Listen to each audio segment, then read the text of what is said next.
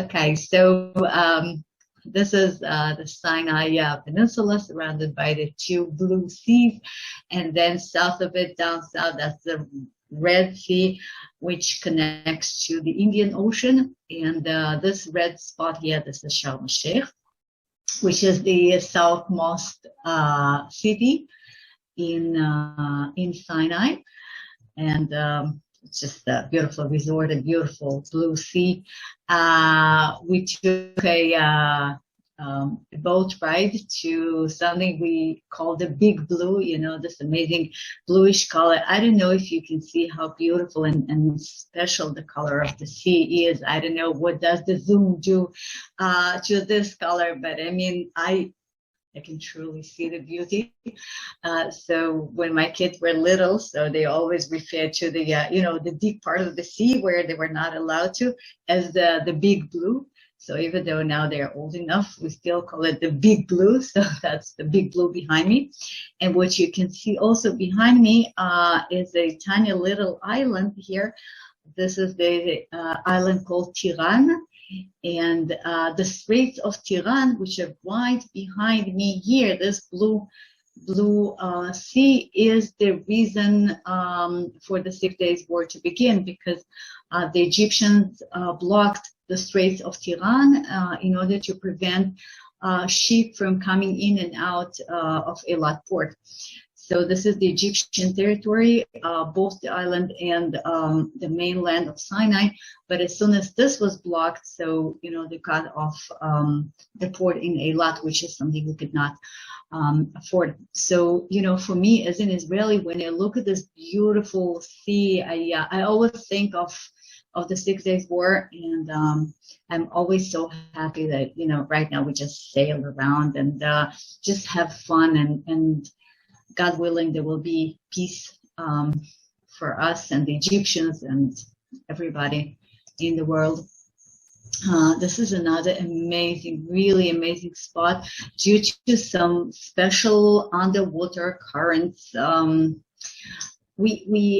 is a strait, just a small strait of white, true white, and very soft and very small particles of sand, like type of sand which you can find in tropical islands.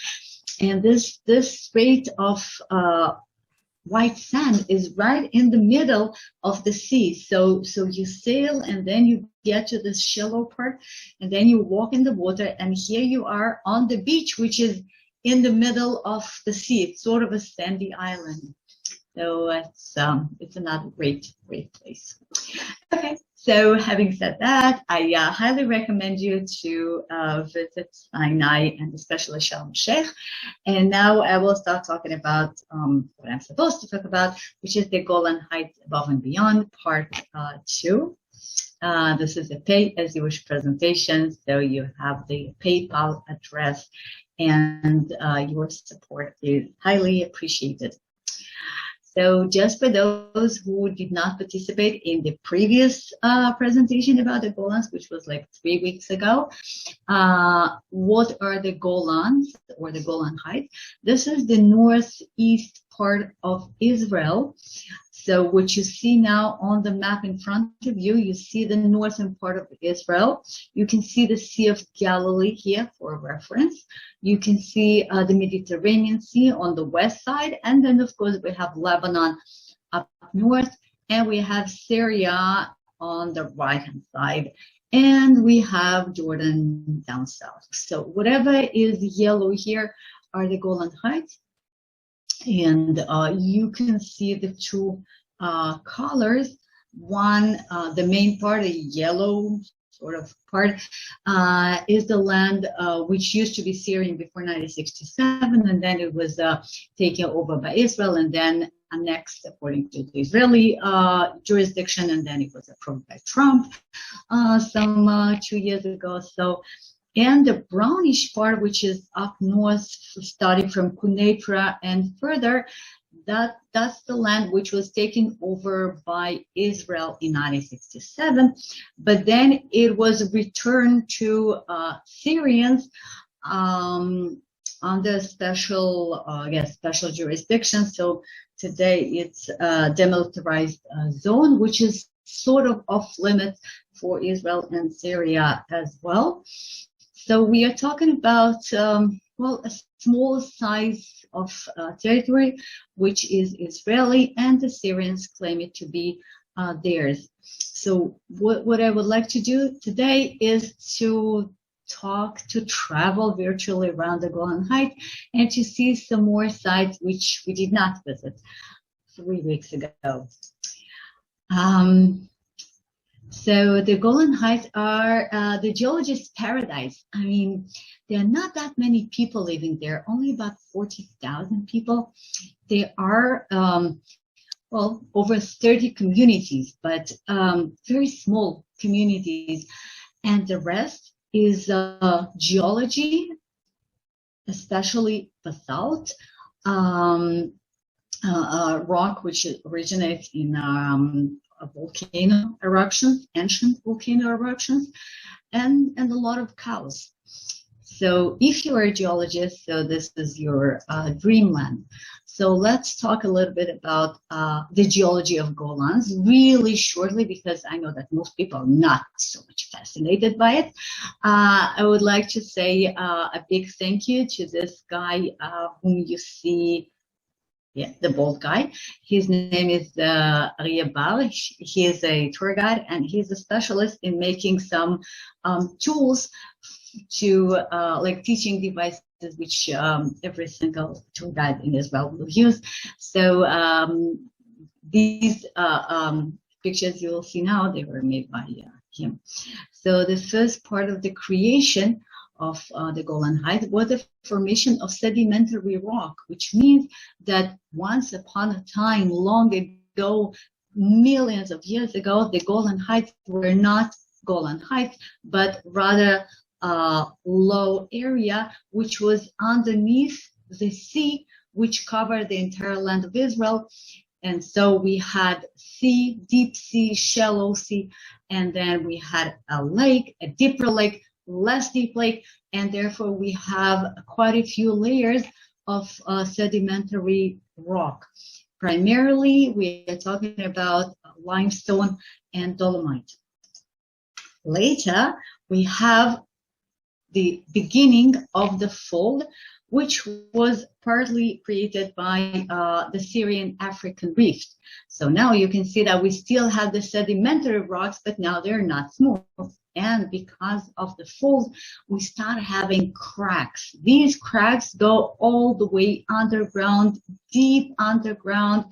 When I say deep, I mean a few dozens and sometimes a few hundred feet and sometimes even a few thousand feet deep. And eventually they reach the magma, the underground, partly melted rocks.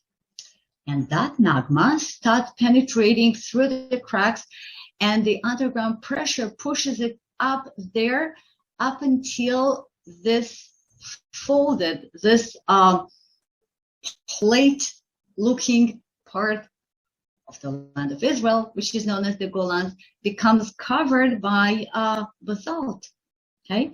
Now, most part, we're not talking about volcano eruptions, so we don't really have any volcanoes up on the Golan, except of the northern part, which is closer to this high mountain on the left-hand side of the picture, this green tall mountain. The green color here is limestone, and the tall limestone-made mountain is Mount Hermon, the tallest one, the one and the only where we can ski. So the Hermon mountain has no basalt because the basalt is downhill on the plateau. Because of the basalt, well, we have later flows, we have more basalt. But you know, when you have something which has a shape of a plate or a bowl, and then you start filling it with magma, with semi-liquid substance, which is called magma, and then when it cools down and it becomes the rock, which is called basalt. So, well, the semi-liquid thing will make the surface flat. And that's what you see. The red color here is actually black basalt rock. And because of the black basalt rock, we have the Golan Plateau. Okay, Ramat HaGolan in Hebrew, that means the plateau of the Golans because of the basalt. So with no basalt, we will not have the special geology and the special human formations we're going to see later, and it will not be flat. And then we have the erosion processes, the rain and the wind and the snow start eroding the limestone and the basalt as well. We have a river here, and little by little we start having the riverbeds which get deeper and deeper, and eventually we get the deep canyons, which are the hiker's paradise. On top of that, as you know, the land of Israel, the state of Israel, is located along the so-called Syrian African Rift, which is the longest rift on Earth. It's about 6,000 kilometers long, which is about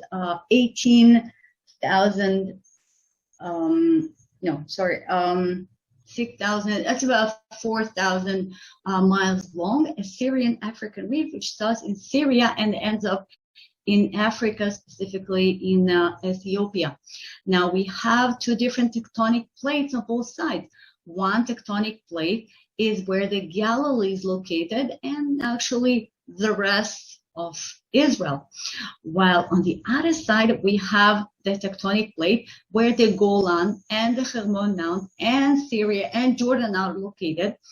And the eastern one, the tectonic plate, which is underneath the Golans and Jordan, moves very slowly, but does constantly move to the north, up there. While the rest of us, the rest of Israel, the Galilee, and, well, where I am, not far from Caesarea and Tel Aviv and Haifa, etc., this tectonic plate constantly, slowly moves down south, which means that little by little, the distance between me and Mount Hermon, for example, grows. We can see that phenomena when we investigate geological sites and archaeological sites. The best example, by the way, is the copper mines of King Solomon, the so-called copper mines, which are to be found in Israel, south near Eilat, in a beautiful park called Timnah. And exactly the same formation, exactly the same mines are to be found in Jordan, but about 70 miles north.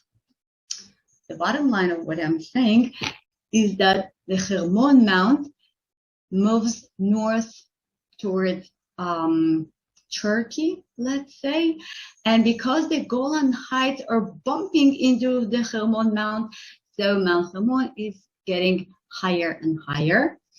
And little by little, in a few million years, let's say, the climate of the Golans will be much cooler than today, while the climate of the Galilee and the coastal plain, etc., will be warmer.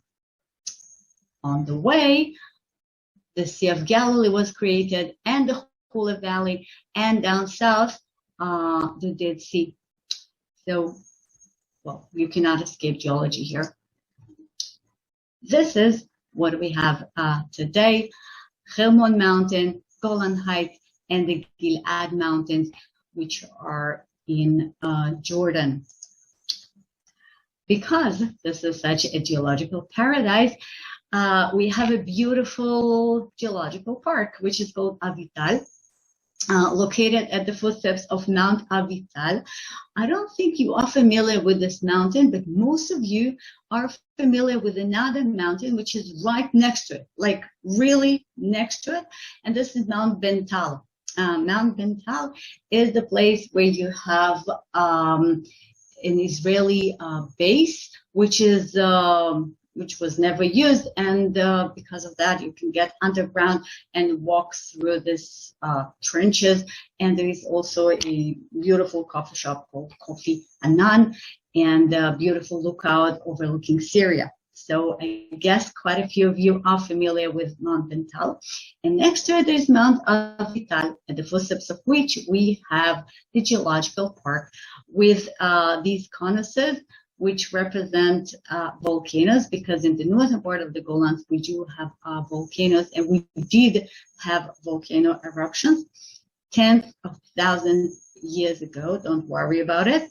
The youngest volcano eruption took place in Syria, up in the Golans, but on the Syrian part. That's what the geological park looks like during the day. It's not very impressive, I agree. Even though, again, if you love geology, so for instance, when you take a closer look at this wall, the geological park was formed just a few years ago within an abandoned quarry. So since they took soil from the quarry, so they exposed the wall, and in that wall you can see the different forms which were formed by the different source of volcano eruptions. You can see bigger rocks, which are called volcanic bombs, and you can see smaller, almost sand-sized particles. But again, if you're not into geology, so probably you're not very impressed, and therefore, okay, this is more impressive. I believe you will agree. It's much more beautiful, and this is what this park looks like at night. I mean, it's open for groups or summertime festivals or things like that, and then they just make this semi volcano lit with different lights and some music, and then it looks so much prettier. That's actually a good place to visit summertime. Not far from this, there is another geological formation, geological phenomena, which is called the paleomagnetism site. It is known that the magnetic pole of the Earth moves little by little. We know that hundreds of thousands of years ago, the northern pole was exactly where the southern pole is. And we also know that the magnetism depends upon thunders. So if there is a thunderstorm and the lightning hit the rock, so that could change the magnetic pole of the rock. I cannot explain how exactly that works, but it's very interesting to come to this site. You see that photo was taken winter time, of course, so you can see the snow around, and then you can enjoy the snow. And if you have a compass with you, so the compass will just get nuts, because the different rocks will have different magnetic poles, and then you will stand somewhere and then it will show you the right direction of the north, but then you move 5 steps aside, and then the north will all of a sudden move like 45 degrees. So that's pretty neat. We have a few places like that in Israel, but this is the most accessible. So next time you visit the Golans, you might want to bring your compass with you. Not far from there, there is a beautiful place. I don't know if any of you ever been here, unless you are touring with children or grandchildren, because this is something like, well, you can see that's chocolate. It's a chocolate factory which is located in a kibbutz, again up north, northern part of the Golan, kibbutz called Ein Zivan, and a lady, her name is Karina, and she made Aliyah from Argentina some 20 years ago, something, yeah, approximately 20 years ago. and she is a chocolatier. I don't know if you can say that in English. Yeah, okay. She's a chocolate making specialist in pralines and all stuff. And she is the third generation. Her ancestors came from either Russia or Poland or something like that, and then they escaped the war. They moved to Argentina, and then she moved to the Golan Heights. And anyway, 3 generations and 3 continents, and they all make chocolate. So she joined Kibbutz and Zivan approximately when kibbutzim were already privatized, which means that you could have your own business. You would pay some, taxes for the community, but that will be your business and your income. And the taxes you would pay for the community would depend upon how much money you make. And so the kibbutzim were very much interested in new people, new ideas, and new businesses. And here she was.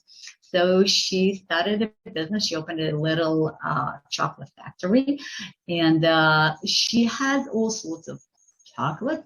And the special chocolate you see here on the upper photo, it looks like I don't know, conusses. That's supposed to look like a volcano. Okay, can you see what I'm talking about? So we have a white volcano, brown volcano, dark brown volcano. So every sort of chocolate will have a different name. So this has been Cal chocolate. And so you're welcome there. You can taste the chocolate. You can buy a chocolate. And this is the best part for the kids, of course. This is the chocolate workshop. They really love it. And so many, group tours with families and bar mitzvah families, and they will go to decarinas. Decarina means carinas, like belong to carina in Spanish, and they would do chocolates. Okay, they will have chocolates all over them, and eventually they will also eat the chocolate. And if you're not so much into chocolate, so then all you need to do is move literally next door. And next door, there's a really nice winery called Bahat. Okay, and Bahat, Bahat means alabaster. It's rock as well. And here you can do some wine tasting and bread tasting and cheese tasting, and they have pizzas. And so, normally the kids will go to the chocolate, the adults will go to the wine, and then they will meet together and everybody will be very happy. So this is Kibbutz Ein Zivan, which is very close to Mount Bental and Avital Geological Park. As we drive around the Golan Heights, this is something, if you ever drove around the Golan Heights, so you must have seen them. Now they get bigger and smaller. Winter time, they are huge, like small lakes. Summertime, they shrink and then they look like, average size ponds. But we have over 14 reservoirs, which have over 100 million cubic feet of water. Now, that's incredible amount of water. Again, not American incredible, but Israeli incredible. The reason why we have this water is because long ago the state of Israel realized that if we don't have these reservoirs, so the water, the running water, the rain water, the stream water from the Golan will flow downhill all the way to the Sea of Galilee, which is right behind me. Okay, my virtual background is a photo which I took from the Golan Heights, so it's very easy to see that I'm up there while the Sea of Galilee is down there, which means that if the water will go into the Sea of Galilee, and as you know, the Sea of Galilee used to be the main source of fresh water for the entire state. Well, today it's less so because we have more desalinated marine water. We also have aquifer water, but we still use the Sea of Galilee as a source of our water. Now, if this water from the Golan Heights will go into the Sea of Galilee, so eventually we will have to waste a lot of energy in order to get that water from the Sea of Galilee, which is a freshwater lowest lake on Earth.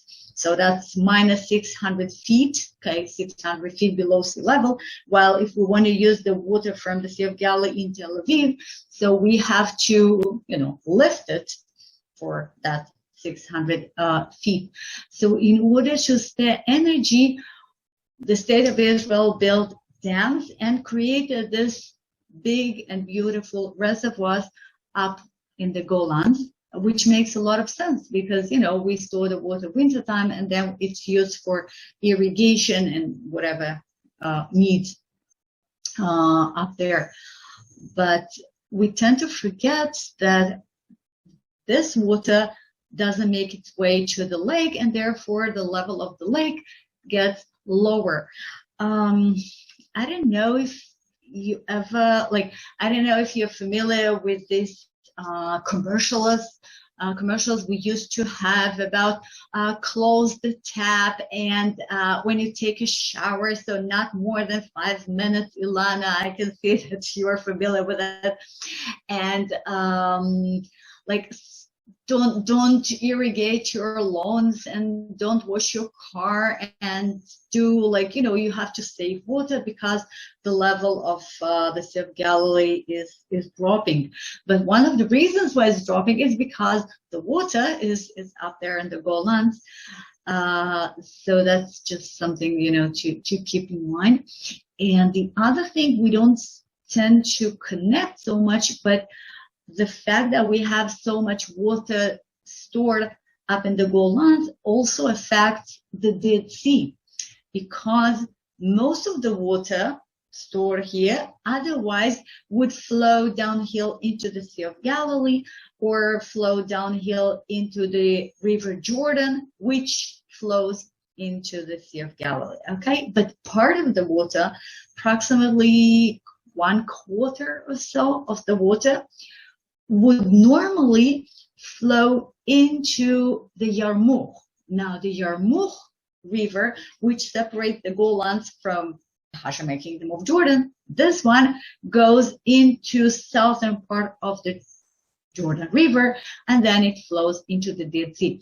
Now I feel that I could have used another map, but I did not think about it ahead of time. So I don't have a proper map, but you will take my word for it that if there would be no water reservoirs up in the Golans, so we will have more water in the Sea of Galilee, and we would also have more water in the Dead Sea. Now, the fact that the Dead Sea is dying is a very well-known fact, and each time I drive by the Sea of Galilee, I can see the difference between now and before COVID. And part of it is because of these reservoirs. So again, each time I drive around the Golan, it's so beautiful. And it's always great to see water around you in a semi-arid country like Israel. But in the same time, maybe it would be better not to have these water reservoirs and have more water in the Dead Sea. Another site which, it's a very problematic site because on one hand, it's so impressive. It's so mysterious. Mysterious? What do you say? Yeah, mysterious, okay. It's called Rujum el-Hiri. Okay, Rujum is a pile of stones in Arabic. It's an Arabic word. It's a Syrian name, which we use. So Rujum is a pile of stones, and Hiri is a cat. Okay, so Rujum el-Hiri is a pile of stones of cats. That's the translation. Why is it called so? Nobody knows. It's just a name. And as I said, it's a very problematic place because it's pretty difficult to get there. You should either hike for a long time or you have to drive your 4-wheel drive and then you walk. And then you don't really see, I mean, when you look at this photo, this is obviously an aerial photo, and that looks very impressive. I hope you will agree. I mean, we have a circle. It's a huge circle. It's about 500 feet in diameter. Okay, so we have one huge circle, and then we have another circle a bit smaller, and then we have the third circle, and then we have a big pile of stones, which is the actual Rujum. Okay, and that's in the middle of nowhere.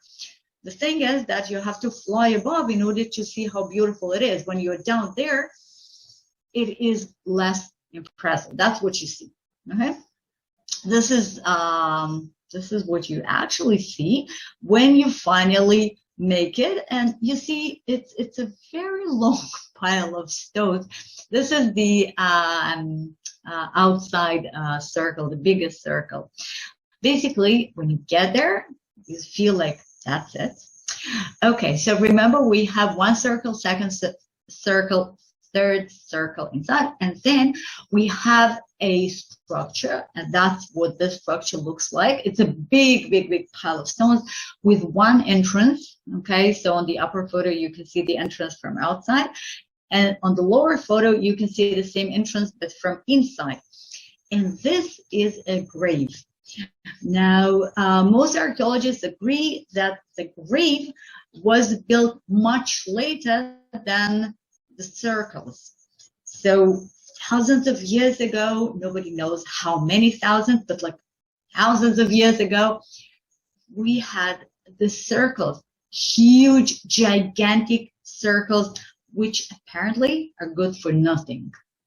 And then at some point, approximately between 4,500 to 5,500 years ago, somebody built a huge grave for somebody. Okay, we basically know nothing about it because unfortunately that was before people started writing things. So we have different suggestions regarding what it is. Well, you can guess. I mean, either aliens or giants who used to populate the Golans, which actually has to do with the Bible, because in the Bible we do read about giants, Nephilim in Hebrew. So, you know, maybe this is the biblical story. Or maybe this is it has to do with astronomy, because on the shortest day of the year, there is a special ray which comes into a special crack. And other people believe that it has to do with the energy of the universe. Here you see, this is what I found on the internet. I'm not quite sure what HLP is. I tried to Google it. I did not find much. So if anybody knows what HLP is, I mean, it has to do with energy, okay? Some cosmic spiritual energy. Again, I cannot say much about it, but you see that there are people who actually measure this spiritual cosmic energy, the mental energy, and then the outer circle is strong, and then we have very strong and very strong, and people come over there in order to feel that energy and absorb that energy and connect to the energy of the universe. Anyway, if you're into energetic experiences, so this is where you want to be. Okay, I can find you a Jeep ride to there, and then you sit in the center and connect. All right, this is another structure which has to do with the previous one, but much smaller. And these are the dolmens. And again, these are tombs of the ancient people who used to populate the Golan Heights, approximately the same period of time as the tomb in the center of the circle. So that's 4,500 years ago, approximately. Dolmen means stone tables. And what is interesting that we have these dolmens basically all over, not the world, because we don't they don't exist in America, but all over the old world, Asia and Europe and Africa. So the one on the right, which truly looks like a table, this one is in Gamla Reserve, the Golan, and the long one on the left. This photo is taken in Holland, in Netherlands. So again, this is a mystery. I mean, we are talking about stones which weigh 5 to 10 tons each, and we are talking about people who managed to lift it, move it, place it thousands of years ago. We don't really know how was it made, and again, maybe the aliens are involved, but if no aliens, so the society worked tremendously hard to make these structures and to have the dead inside. Why and what for, we don't know. Usually when archaeologists have no clue, so they will say, oh yeah, this is a ritual thing. Okay, so some ritual, but we have hundreds of dolmens spread all over the Golan Heights, and the biggest dolmens field, that's what it's called, is located near Kibbutz Shamir. Kibbutz Shamir is at the very footsteps of the Golan Heights, right next to the Hula Valley. So here you can see one of these piles of dolmens, and then you see a water pond which belongs to Kibbutz Shamir, and then this is the Hula Valley. This is the Hula Valley, and here this white patch is Kiryat Shmona. So we already close to the Lebanese border. The mountains in front of you, these are Ramot Naftali. Kibbutz Shamir, by the way, used to be right on the Syrian border before 67. And my mother-in-law, okay, I have special connection to Kibbutz Shamir. My mother-in-law was the first girl born in Kibbutz Shamir. Okay, she was the first child of Kibbutz Shamir in, oh my God, I'm not sure her birthday, but that's mid-40s, okay? I'm not sure, sorry. She passed away long ago, so we don't celebrate birthdays, so not sure. Mid-40s. Okay, so when she was born in Kibbutz Shamir, nobody was aware of the dolmens. People had other worries. But then, little by little, Kibbutz Shamir is one of the wealthiest kibbutzim today in Israel. And about 10 years ago or so, the archaeologist here on the photo, Uri, he's working on behalf of the Israeli Antiquities Authority, and he started investigating this dolmens field. Here he is next to one of the biggest ones.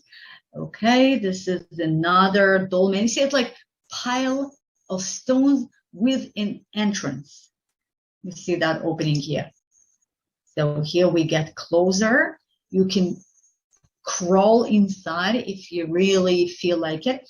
By the way, it's guarded fence. You're not supposed to be there because nobody makes sure that no stone will fall on your head. So it's off limits unless you are an archaeologist. But of course, there's some people who are so much interested in things that, like, people are always crawling around there. Their own risk, and that's what it looks like if you actually crawl inside.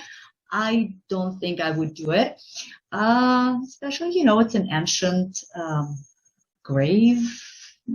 Anyways, so that's what it looks like, and this is the biggest dolmens field, which has hundreds of dolmens just near Kibbutz Shamir. Okay, so now we're getting uphill a little bit, and we're getting to a place called Khirbet Kanaf. Khirbe is a ruin, okay, it's an Arabic word, and Kanaf, well, Kanaf in Hebrew means a wing, okay, like bird's wing, okay. So the ruins of the wing. But this is the Hebrew meaning, while the name is an old Arabic name which was used by the Syrians, and there is no meaning to the word in Arabic. So why is it called Kanaf? We don't know. Anyways, it is what it is. So we have the ruins of a Syrian village, which used to be there up until 1967, which was called Kanaf. Almost nothing has left from the Syrian village, but one building, which is very well visible, is here in front of you on the right-hand side of the slide. That used to be a storehouse which belonged to a wealthy family in this village. You can see that it's made of basalt stones, and you can see that it's located on a platform. Can you see that basalt platform? I hope you can see that. The stones which form the platform are big. I mean, they're very different from the stones up here. And when we start approaching this structure, wander around the grass, again, you see that the grass is green. These photos were taken wintertime when I was wandering around. As you wander around this structure, you start finding, some beautiful decorated and beautifully chiseled pieces of pillars, and more like this is the upper part of the pillar, and another fraction of a pillar, and then some more and more, and you walk around and you see more and more I mean, you realize that we're talking about some really mighty structure which used to be here. And when we get really close to the wall of the storehouse, now you can very well see that we have two parts to the wall, right? You see that most of it is made of simple, small stones. And then we have one fraction which is made of very well chiseled stones, which is definitely different. I hope you can see what I'm talking about. So we can understand that we have an ancient platform, and then we have a fraction of an ancient wall, and then the much younger wall was just added to it. So the first person who found this storehouse and saw the differences and found these pieces of pillars was this gentleman with a long beard. Okay, he's pretty famous. Maybe you can recognize him. His name was Lawrence Oliphant. He was a Christian. He was a Zionist. I mean, we can have a whole presentation about him, but actually his secretary is more famous because his employee, his secretary, Naftali Herz-Imber, wrote the Israeli anthem. But Lawrence Oliphant, he has his own fame because he was not an archaeologist, but he was a seeker of knowledge. He was a seeker of adventures, and he had this amazing ability to understand what he sees. He could really recognize whatever he saw.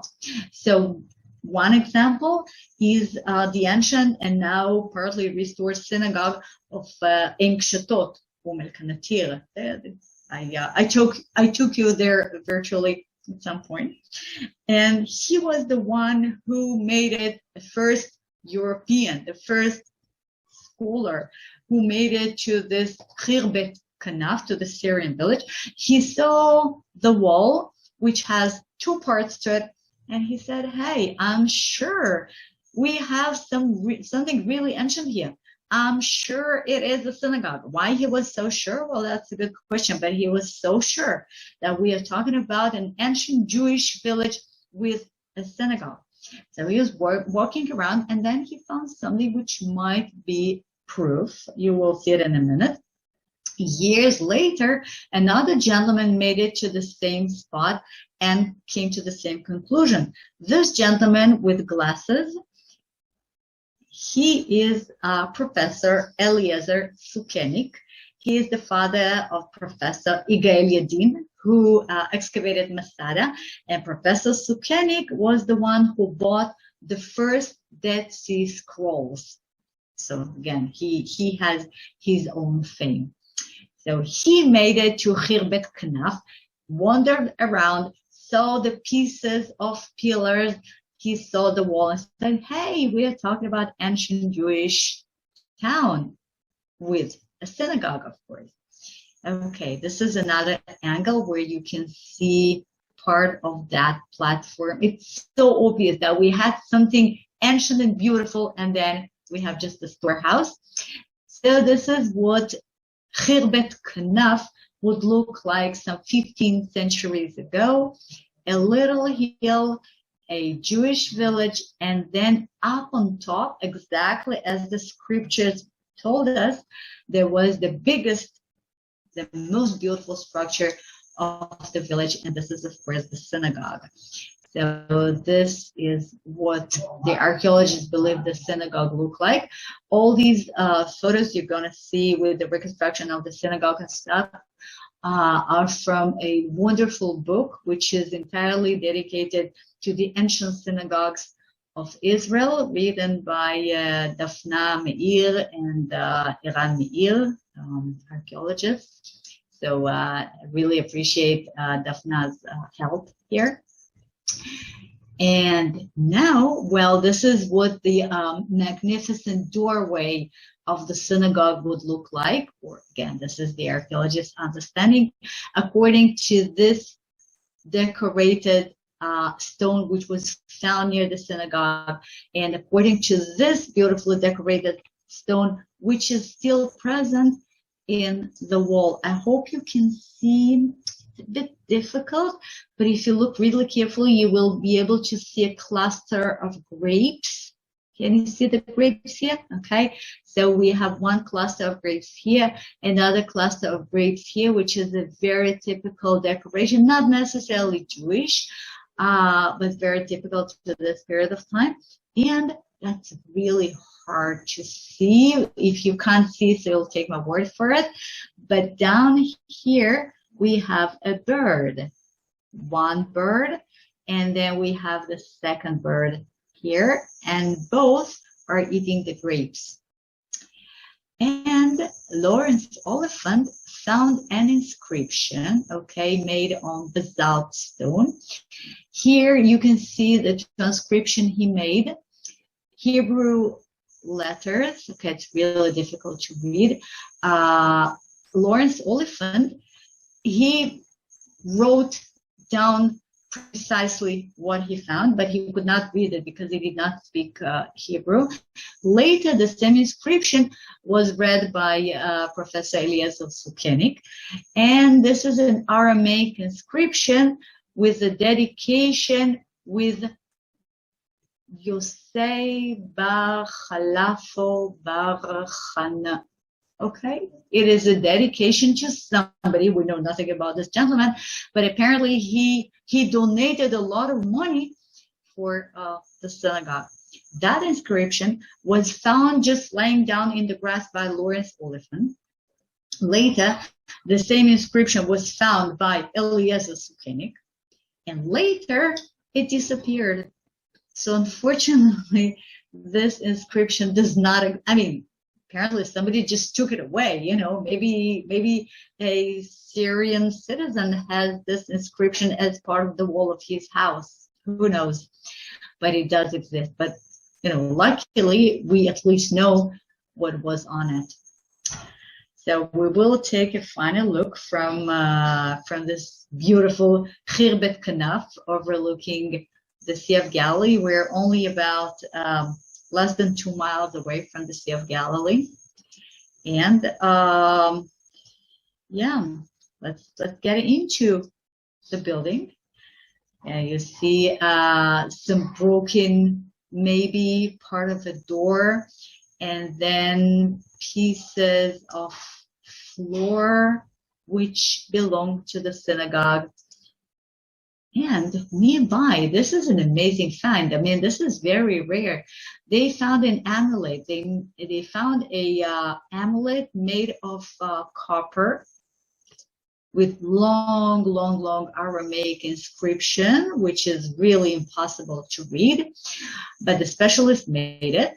And it is an amulet which starts with the words, a good amulet that heals Miriam's daughter from fever and chills and an evil eye.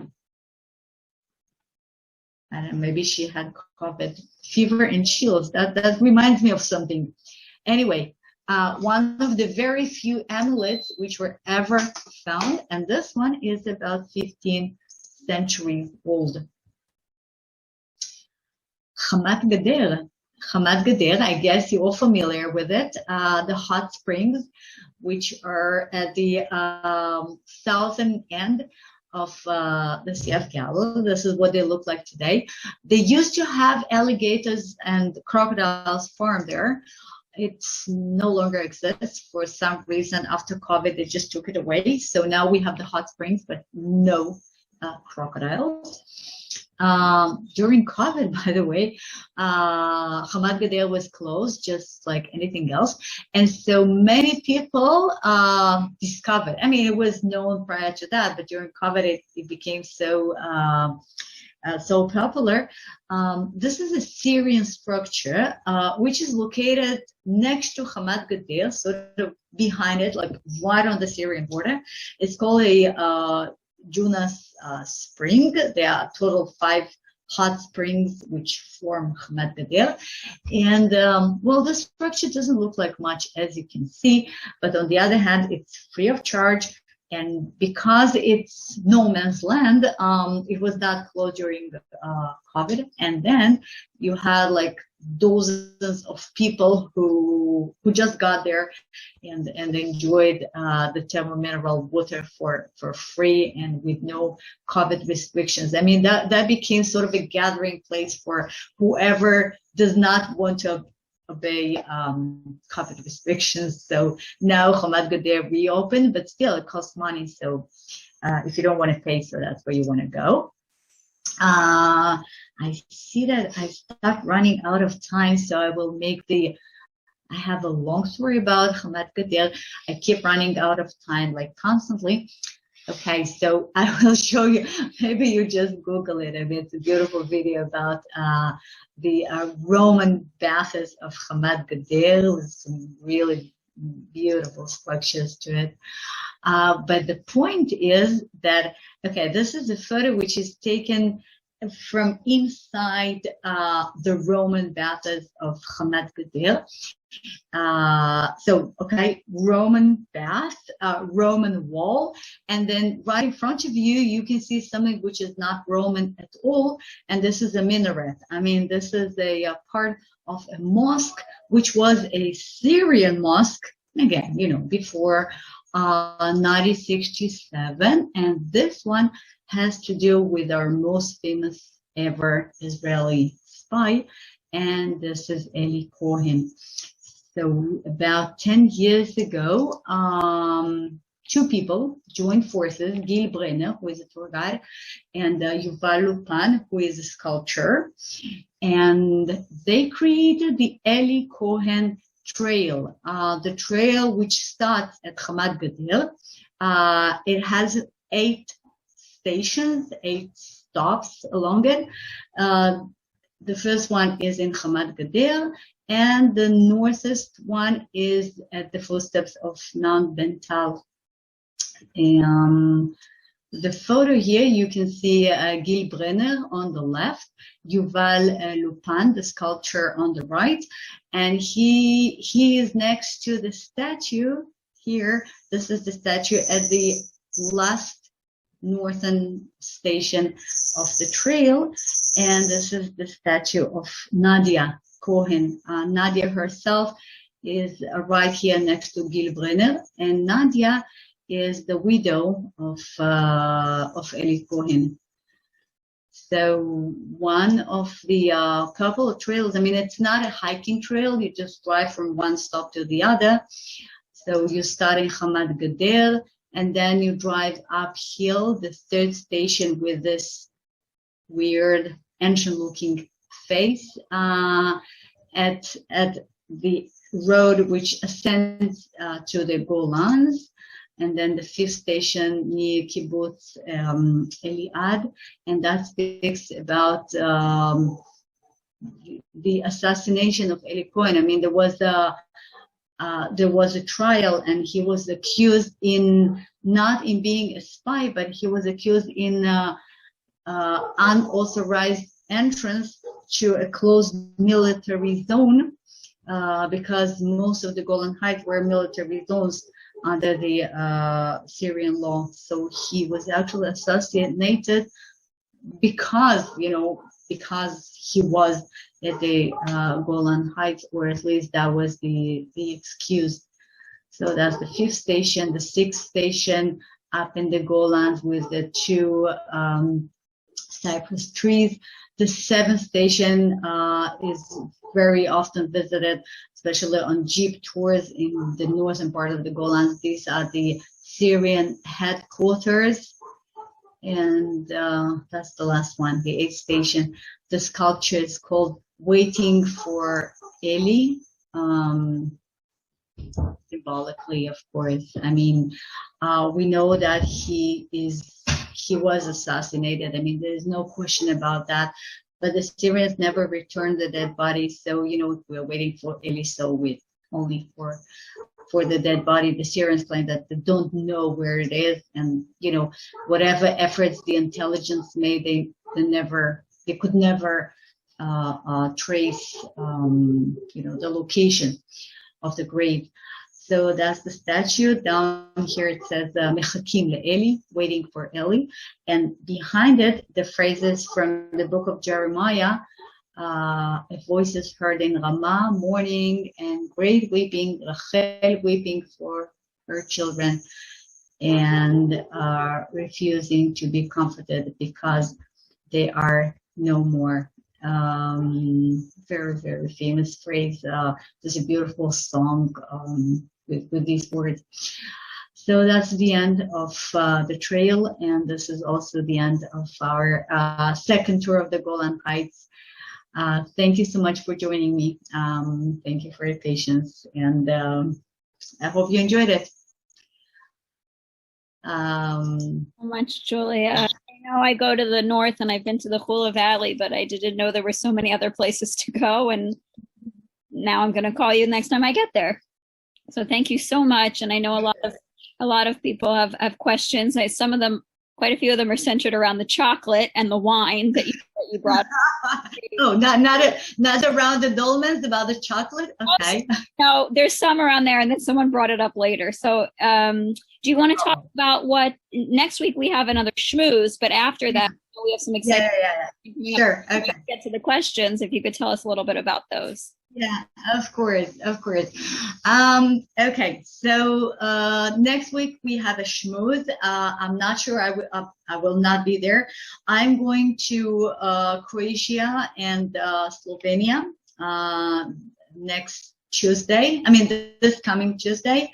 What happened was that during COVID, as you know, I was partly unemployed. I did many Zooms, but that was not enough for me for like full time.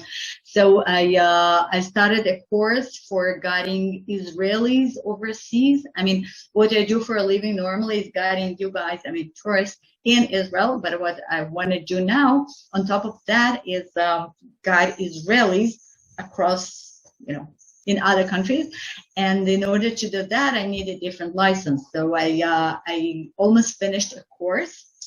And now in the end of the course, you have to do training. So my training will be in Slovenia and Croatia, and this one starts Tuesday. So therefore, when you do the schmooze, I'm going to be in Croatia. And then when I come back, so 2 weeks from now, our next presentation will be about Croatia. You know that whenever I travel, I want to share this with you. So we've been to Sinai and Dubai and I'm not sure, but I think and Seychelles and Seychelles Islands. So anyway, in 2 weeks from now we are going to Croatia, and 3 weeks from now we have a presentation by a wonderful person, and I would like to thank Pamela for. I think that was your idea to begin with. Correct me if I'm wrong. But then actually the matchmaker was Karen from Thorel.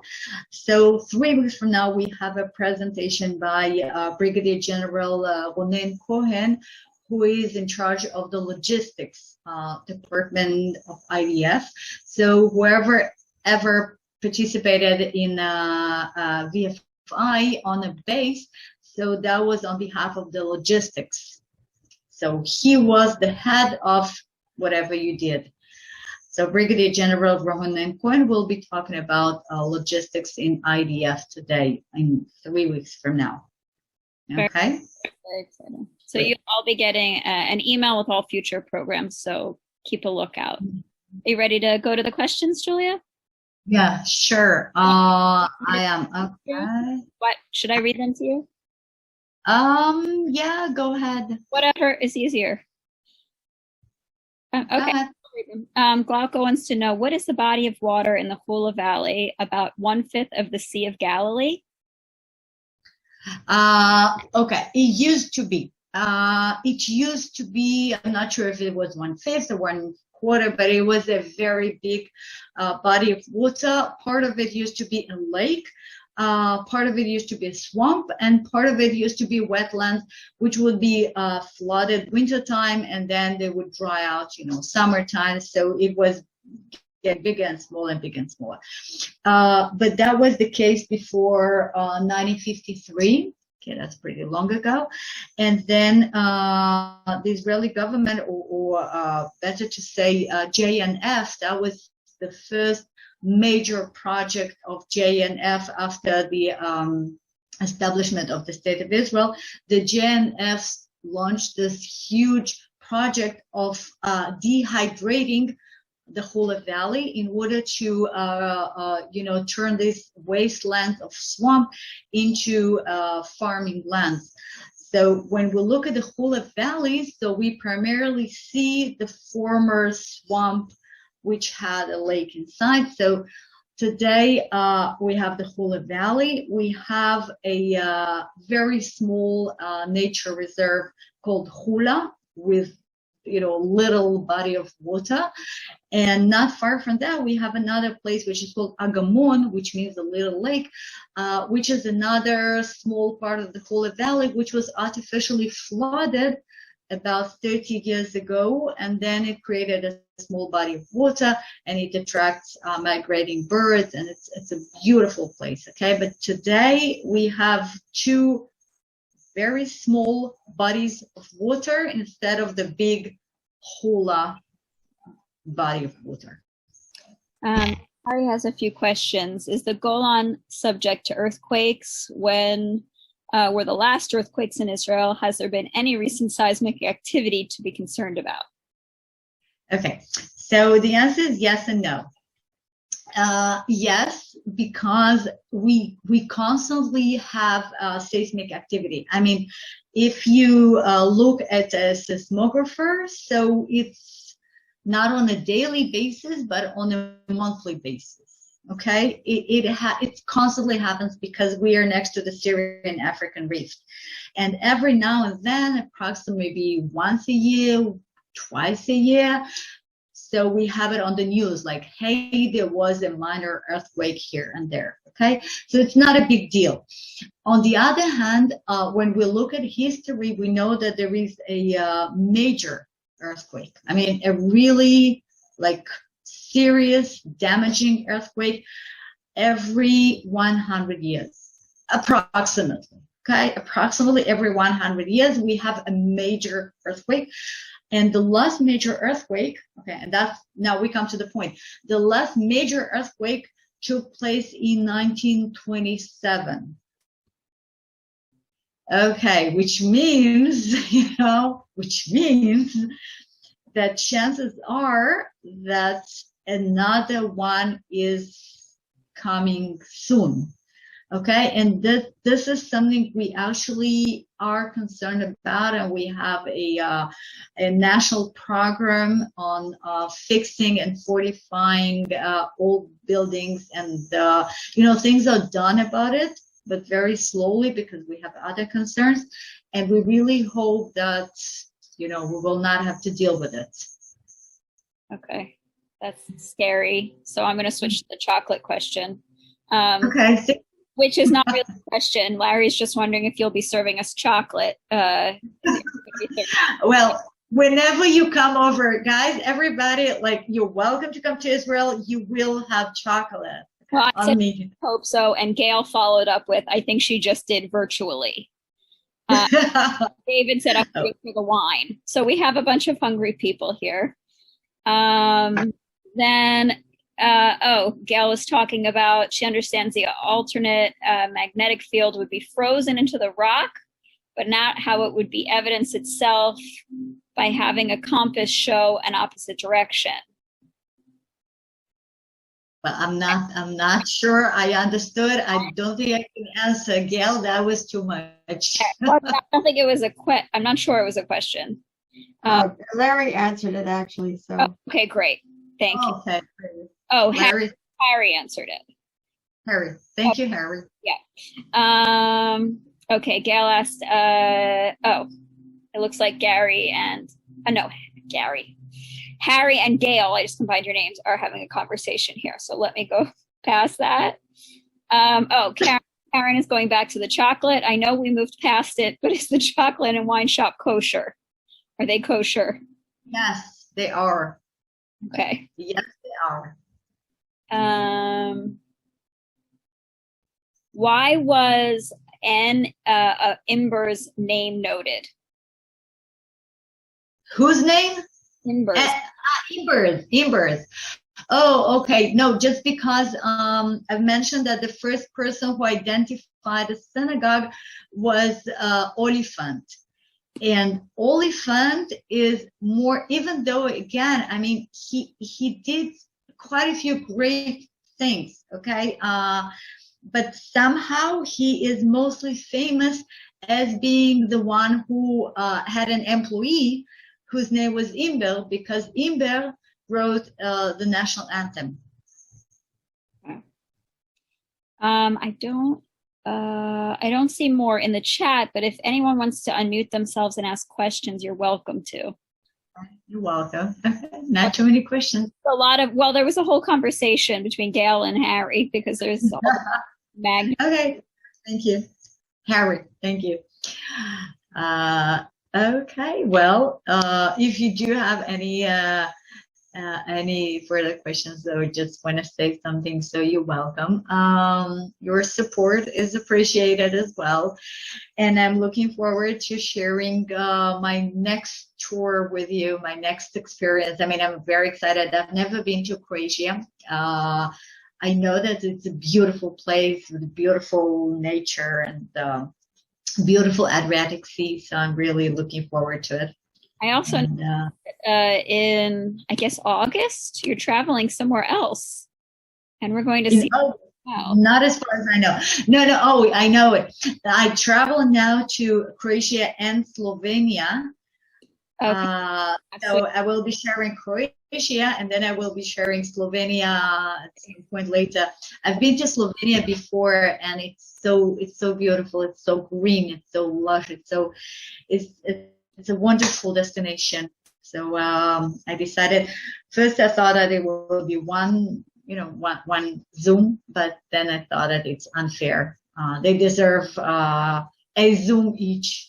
Jealous for travel. There is a question here, and I cannot pronounce the name of the place. Did you see it from Deborah? How far is 8? Yeah. How far is Hukuk from you? Okay, yeah. Recent mosaic discoveries of biblical Deborah and Yael by archaeologist Jody Magnus. Yes, actually, Hukuk is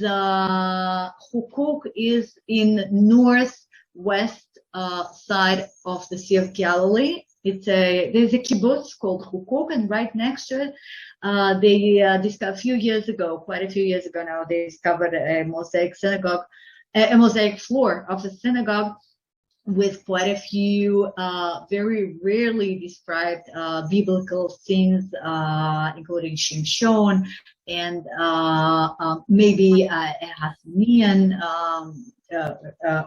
Hasmonean period priest meeting a Alexander Macedonian, or there's a bunch of really special and beautiful mosaics. Unfortunately, it is not open to the public, and they are working, they're like archaeological seasons.